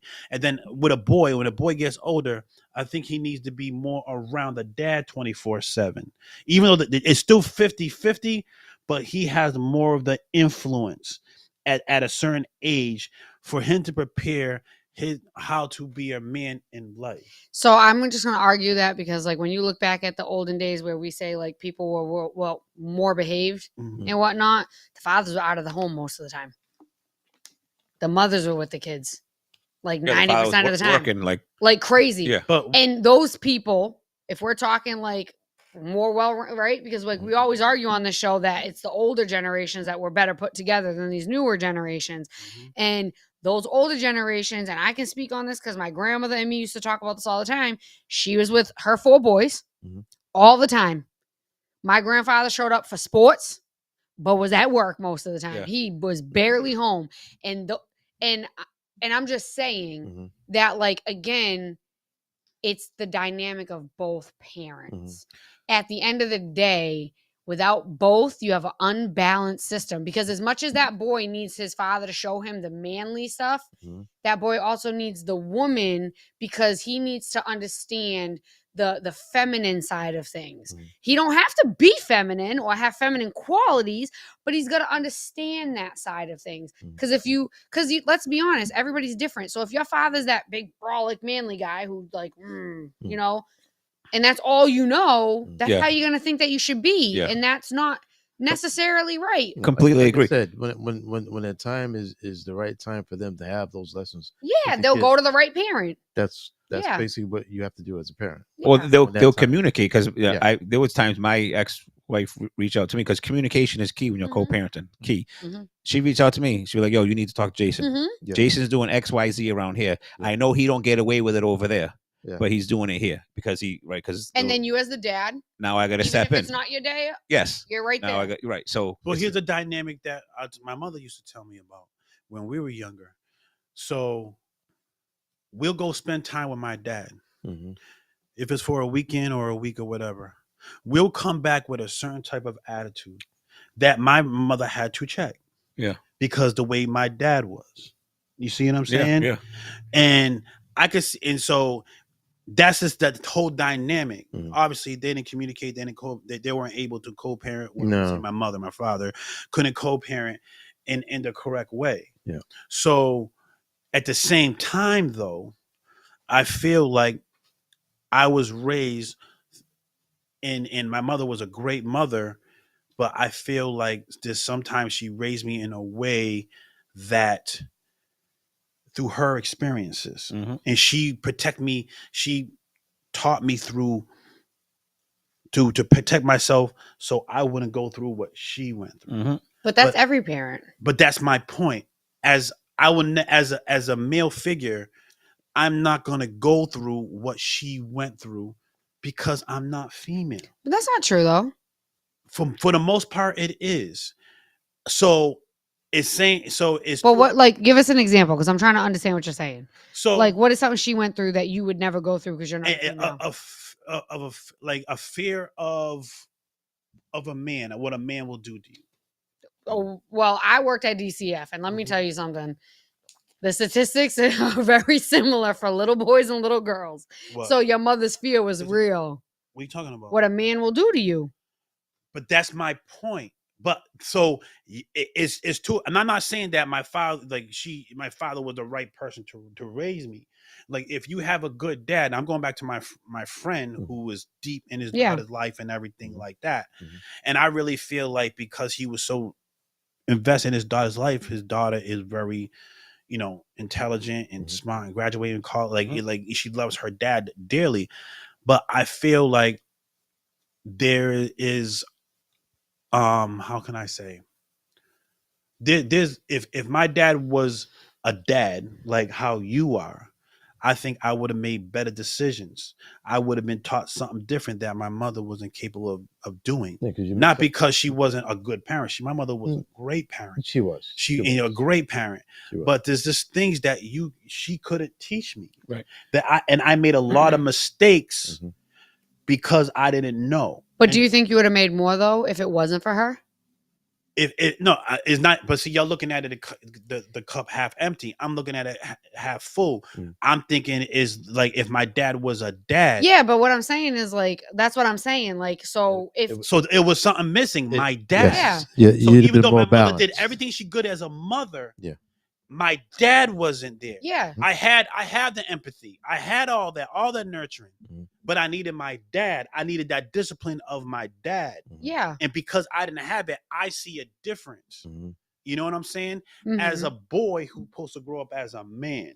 So and so that's where I'm coming to a point where, how do we find out that now, again, if a lot of people can communicate like you and your ex, we good. Well, in reality, that's not how it is. I agree. And if it was, there will be stupid relationships together. So y'all dealing with people who cannot communicate. Wow. All right. In a perfect world, if everybody's communicating, fine, 50-50 all the way. But it's not a perfect world. So how we deal with an imperfect world that we're dealing with?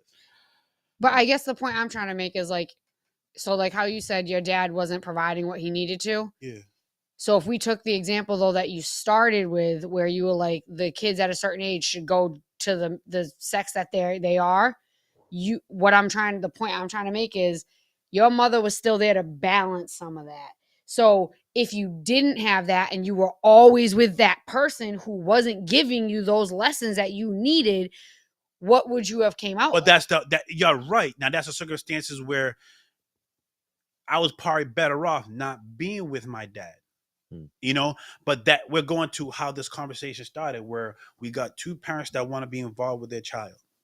All right. And you have two parents, but we're in but we can't communicate because we literally hate each other. Because if we could communicate, most likely we would still be together. All right. We can't even talk to each other. So now, how do we deal with this co-parent, even though we don't like each other? We can't even talk. That's why courts. So it's like in most parts. And that's where it goes into the courts. Now, the courts are telling you what you do with your own child because you guys can't communicate. So how does that work? Because now you're going to the courts, and most of the power is towards the woman. And now you're talking about, well, men are not fighting. It's exhausting. I can't communicate but with that's you. the I have no power in the courts. Because they don't put the kids first. Exactly. They do not put the kids first. So what is the formula where the kids are first? Well, the kids the adults, not the court system. The adults don't put the kids first. Yeah. Like, in other words, like when me and my ex-wife separated, okay, we weren't divorced yet, separated. Like, we're doing this for a minute, right? Yeah. We're fighting a little bit. We still sat next to each other at every baseball game, whatever.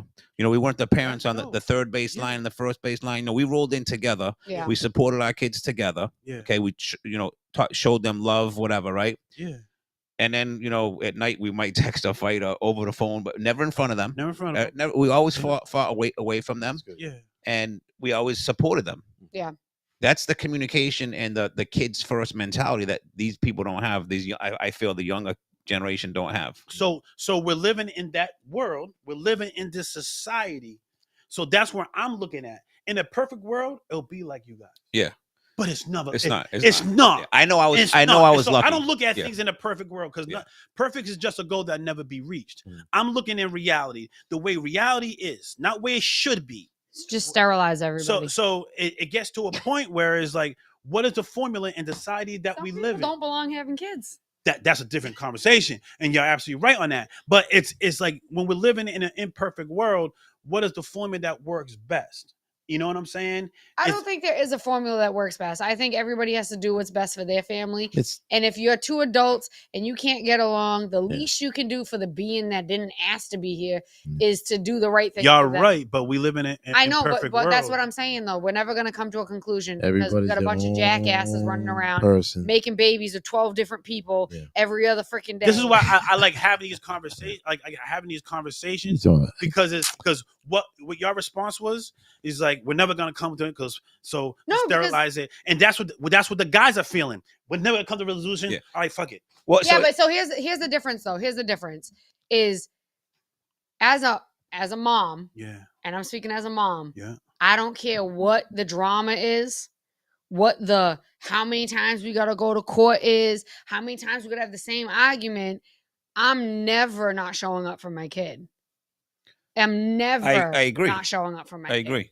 And like that's the problem with some men. And I'm not saying women don't do this too, because there are women out there that do this. I agree. They just they whatever.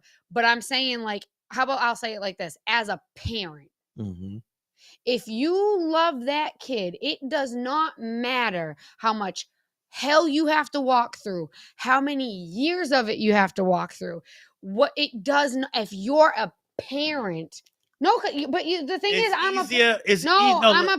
sorry, bro. No, so listen, they're not letting me speak. Like, I understand that, but that's another conversation. Listen, I'm a parent and a grandparent. And see, a lot of knowledge over here. But I'm saying you'd walk through hell for your kid. How many years? Forever, right? Yeah, but it's to a point where when you're a man that's fighting for your kid, you're coming through roadblocks. You don't got your books of lists of things that you did and did not do. But why don't you?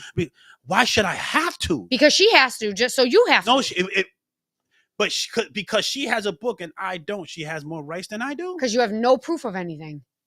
So this is the argument that I cannot stand from people, because I used to work at DCF, okay? I would give them the playbook. I'm like, if you really care about your kids, you will show up with all your ammunition. And jackasses every time would come to court like this. I'm like, where's the notes I told you to take? Where's this? Where's that? Oh, what do I need that for? My word should be good enough. And it's like, that right there shows the court you don't fight for your kids. Obviously. You showing up is not even half the battle. I can show up to a fucking play I don't want to see. I can show up to that all day mindlessly. It's no effort. But to sit there and do the work, put in the work, that's what the courts are looking for. Listen, are you doing that? So I got to prove to a stranger that I'm capable of being a dad? But yeah. Unfortunately, yes. No, because we're not together? No, because you two jackasses can't get along. No, we split up. We're not together, but I gotta prove to the court to be a dad to my own son. Because you two jackasses can't get along. No, so Jasmine, I agree with you for the most part, okay? But I also agree with Berto, okay? So some women, that have the kid or whatever, right, might not tell the dad, oh, there's an open house tonight or whatever. Like they keep shit silent, right? So that's where the dad, when he finds that out, write it down. This is what happened to me. Tell me the birthday is, say, Saturday at 5 o'clock, right? Yep. Okay, you tell me it's at 5 o'clock. I'm getting there at 4:30. You're walking out. Oh, the birthday was at 3. So you telling me 5 o'clock now? Yeah. Different. Right. So that's they do stuff like that. So that's wrong. That's fucking horrible. You got to be some type of diabolical asshole. But that's where, again, just like she's ammoing it up, saying, oh, he didn't show up. He didn't show up. Oh, well, I have the proof right here. She said, look at this message. Or the phone call. Oh, look, she called me on this day, told me this time. I show up. She's walking out. She did it at 3. Yeah. That's all I'm saying is like, it's not right. It's not right. I was always prepared. You know what I mean? It's not right. But here's the thing. That's where you're not understanding the But dads do it too, though. Yo, can I speak? Go ahead. Listen, let's calm it down.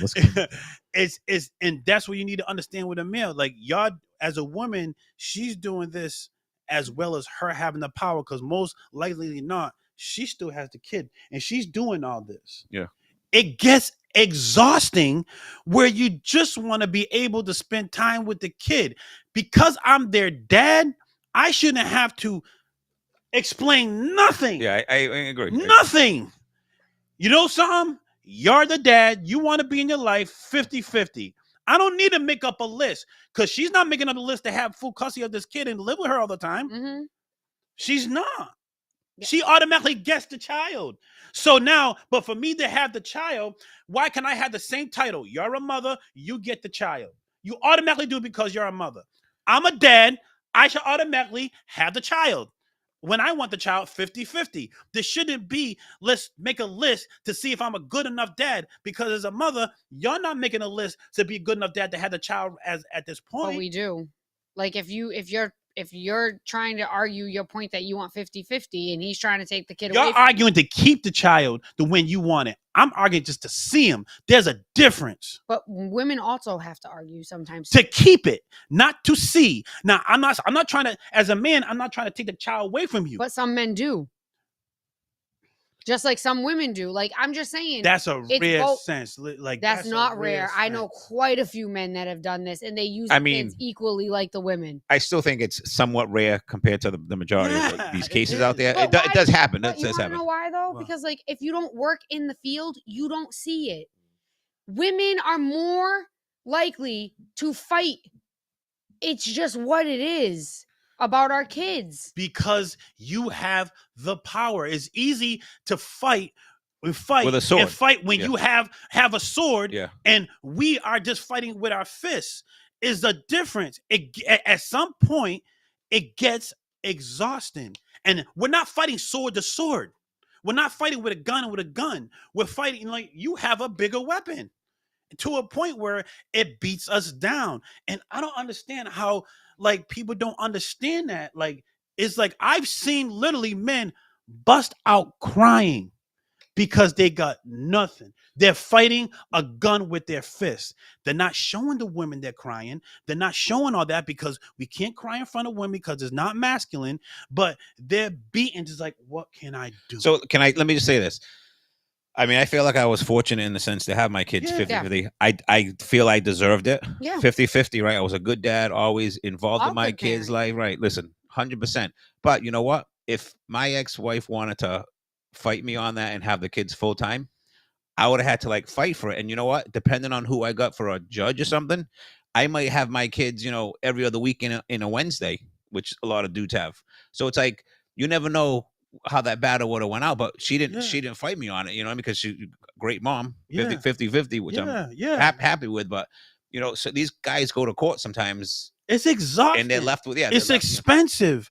It's everything, and that's the thing is like, and that's why the laws are changing, because for the most part, women took advantage of that gun that they had, and now this starting. It's not even. They're just starting to realize. Wait a minute. I mean, the balance is not. That's why I stopped having babies. I mean, what happens if a mom asks the daughter, right? If the couple's separating, who do you want to live with, mom and dad? Mom, right? You want to be with, the kid's probably going to say mom, right? They have that, you have that bond. You have that bond. So, I want to stay with mom. Yeah. So it's like, so you need two parents. They're going to put the kid first. I feel 50-50, right? And when I separated, my ex-wife, and again, we had our times where we fought a little bit just to get over the hump of fights. Right. She came over I had an apartment at the time. She helped set my daughter's room up, like girl room, brought so to make her comfortable. She took the time, the afternoon, make my daughter feel comfortable. Right. That's the way it should be, right? Because my daughter, like, because they had that connection, was kind of like, and I'm a great dad. Listen, I'm an awesome dad. I feel connected with my kids, but a mom's a mom. And I understand a mom's a mom. No question about it. But she came to my apartment, helped set my daughter's room up, and my son's, but more my daughter, right? Being away. Yeah. So that's great. And that's the way it should be. That's definitely a way it should be. Because that's when two adults get separated. The key is but you got to be an adult. You can't be playing games. 100%. Even when you conceive, if I get a girl pregnant, right, and I say I don't want to have the child, right, but she wants to. It's her body. I can't tell her what to do. She has a child. Now she made a choice that she had the child. I still have to pay child support. I don't have a choice. I didn't have a choice. I didn't have a choice of having a child. I don't have a choice to. You had a choice to wear a condom, huh? And you had a choice of. You had a choice not to have sex with me without having a condom. It goes both ways. But either way, you both made a dumbass decision. So you both are way off topic. Listen. That's the. But yeah, you see that hold mentality right there. Okay. Then we're not equal. We are equal. We both are equally fucking stupid. But no, it isn't. Hey. Because at the end of the day, I have no choice but to be accountable of your choice. But here's the thing: you and I both chose to have sex without a condom. The only difference is if I get pregnant, I have to do a procedure that can kill me or can leave me badly off. Okay, let's get back to the root of this special. It was supposed to be. Listen. This is supposed to be a special show for Mother's Day. We are going off from there. Let's get it back. Holidays are so made up. Okay, all right. But our focus was supposed to be celebrating mothers here. Yeah. Let's get back to it. Yo, but it's a good conversation. Yeah, it's a good conversation. Co-parent. So let's get into the word mother. Get into that. I mean, and I think this will be more of a lighthearted. You said word to the mother. Word to the mother. I think mothers are awesome. So what? Like, all right, let's stop. Like, Jasmine, you're a mother. Oh, I don't know what a mother is. You don't want to get into this? I don't know what a mom is. See.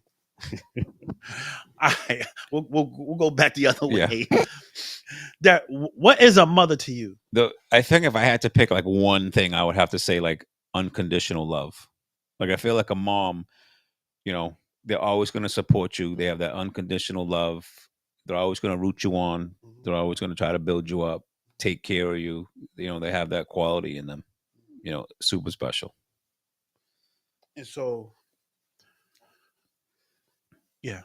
Sacrifice. Like I'm one of 6 kids. Like I felt like my mom always like sacrificing stuff, taking care of her kids, cooking meals, like feeding them. Like I remember my mom took like food off her plate to give to one of our kids because it was still hungry. Like you know what I mean? It's like stuff like that. Stuff like that.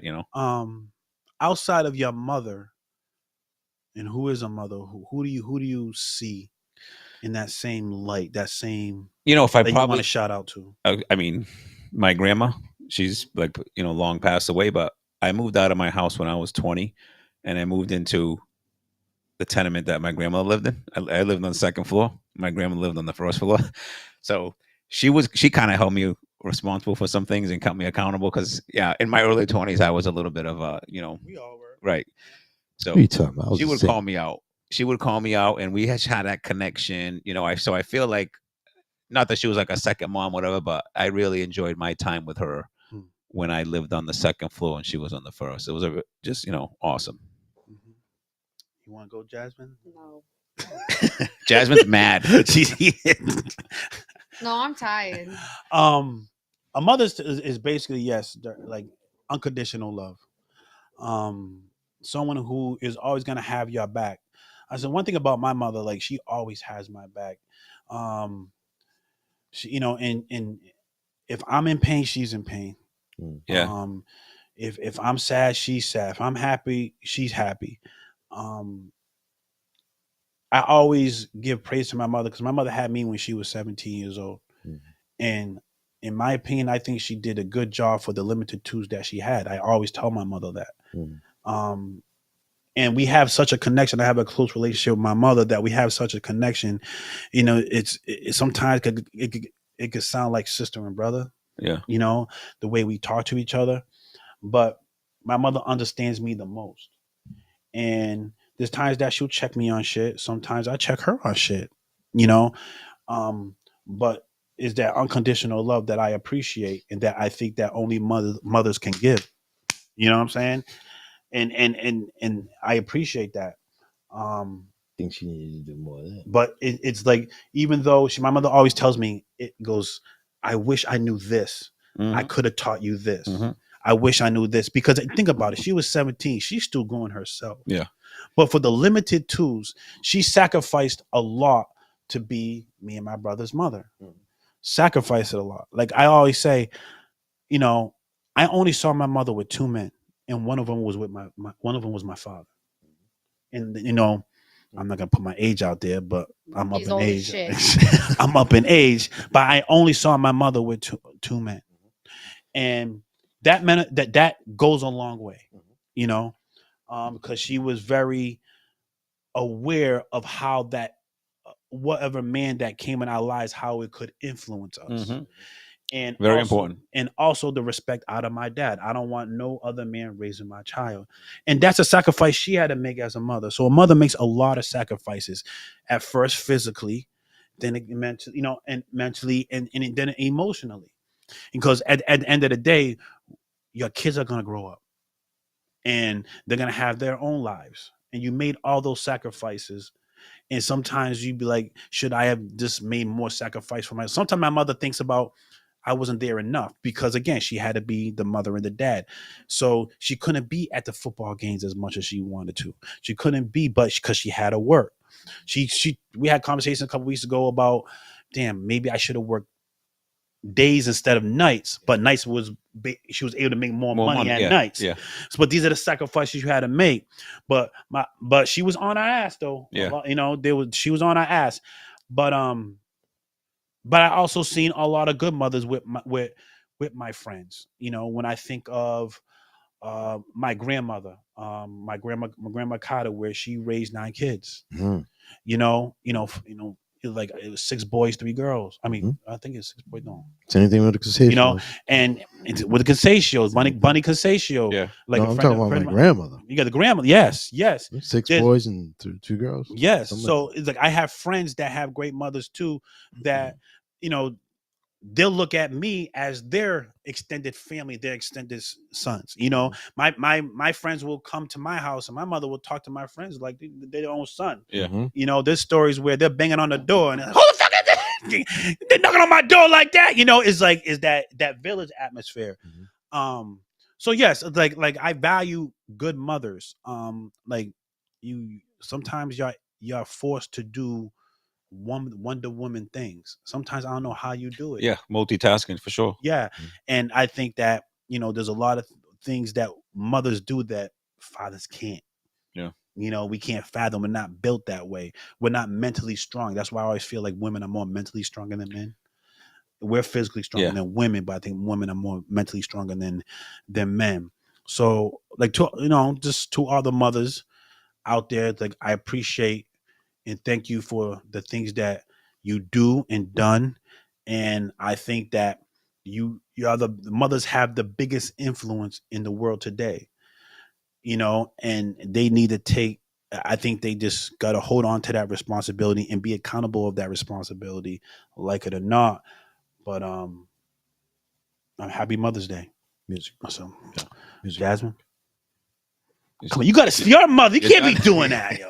You're on the wrong frequency, yo. You're on the wrong frequency. Come on. I Come got on. nothing to say. You got something to say. I'm a What is a mother. mother? Hey, you're a great mother. Tired. You're a great mom. I'm tired. That's what a mother. You are a great mother. You homeschool your child. Now, first of all, I don't do nothing. I pay and Okay. people. Well, you're making a decision. There's the reason why you're doing that. That's I mean, a whole other topic. Isn't well? We can make that a topic in the future. But is there isn't your child influence on you to do and go hard? I'd be drug dealing if it wasn't for that kid. I was a knucklehead. But that's something. A child could be your savior. That's a good point. Before my daughter, I did not give a damn.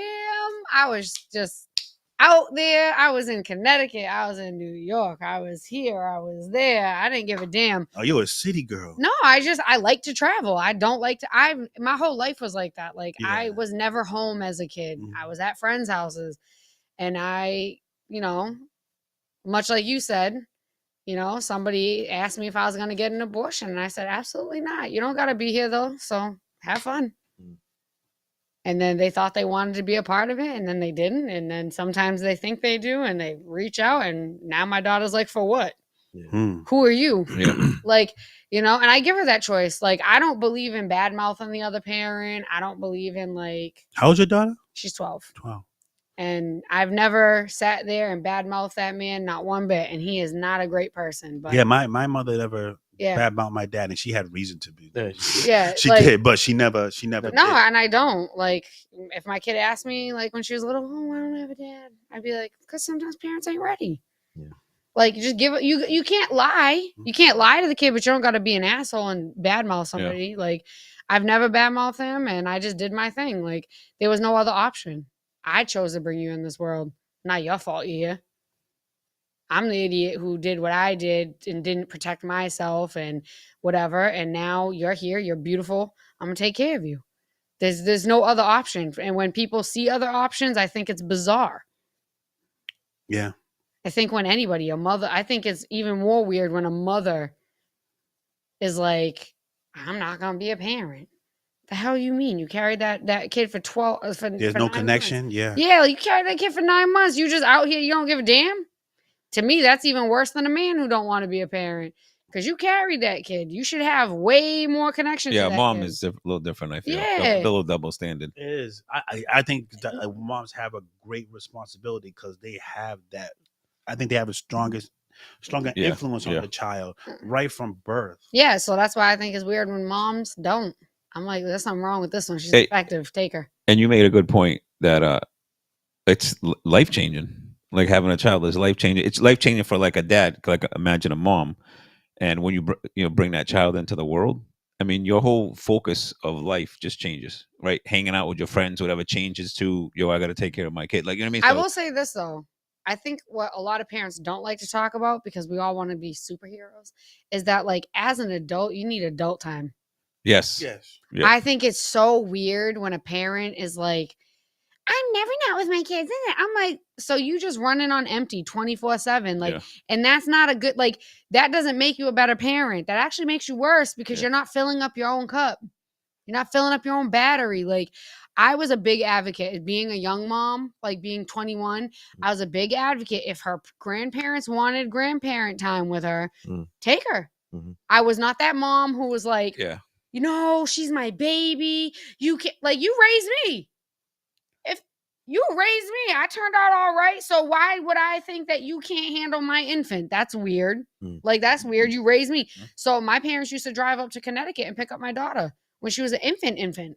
And they'd take her for a weekend because we were in Connecticut and she was, you know, they didn't get to. So I would, and I was okay with it. And one of my cousins was like, I don't see how Jasmine does stuff like that. Or she went on vacation for 5 days without her. And I'm like, because I know that I'm my best when I'm fully recharged. And I'm the only parent. There isn't a dad who comes on the weekends and picks up my kid. And every weekend I don't have them. It's I have her every day unless the grandparents want to take her, or like, you know what I mean? Or if I don't have her, I'm at school or I'm working or I'm doing this. Like, when do I fill up my cup? So I just want to put that out there, like moms and dads. I agree with that. Need you time. Yep. You time is special. Take advantage of it. Let them grandparents have them babies. Sure. All right, we're gonna take a music break and we're gonna come back with the final thoughts. And we're gonna argue more. No more arguing. No, it's not argument. It's a discussion, yo. Jasmine, I'm going to have to put you in right timeout. Oh my god, y'all are sensitive. All right. So we're gonna play this song for the mamas out there. Happy Mother's Day to everyone. We'll be back with the final thoughts, but this is the Frequency Live on WMB1 Radio. This song is called "A Song for Mama" from Boys to Men. We'll be right back with the final thoughts of the Frequency Live on WMB1 Radio.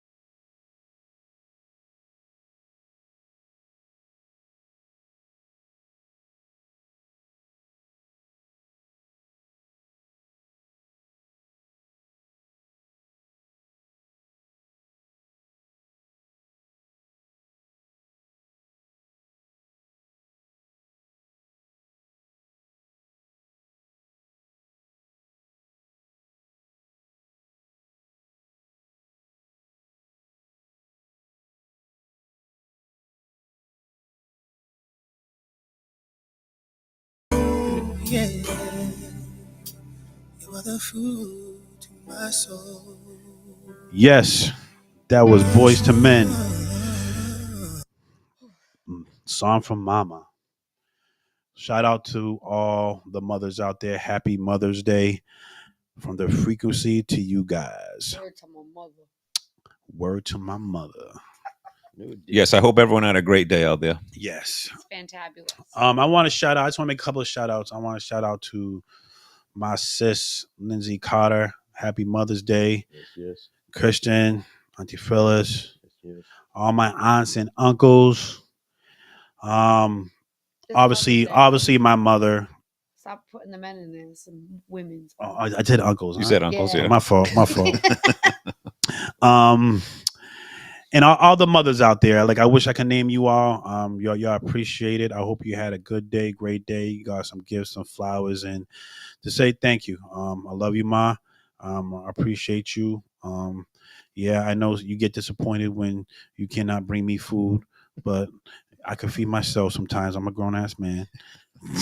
I'm not your baby. Baby, he needs it.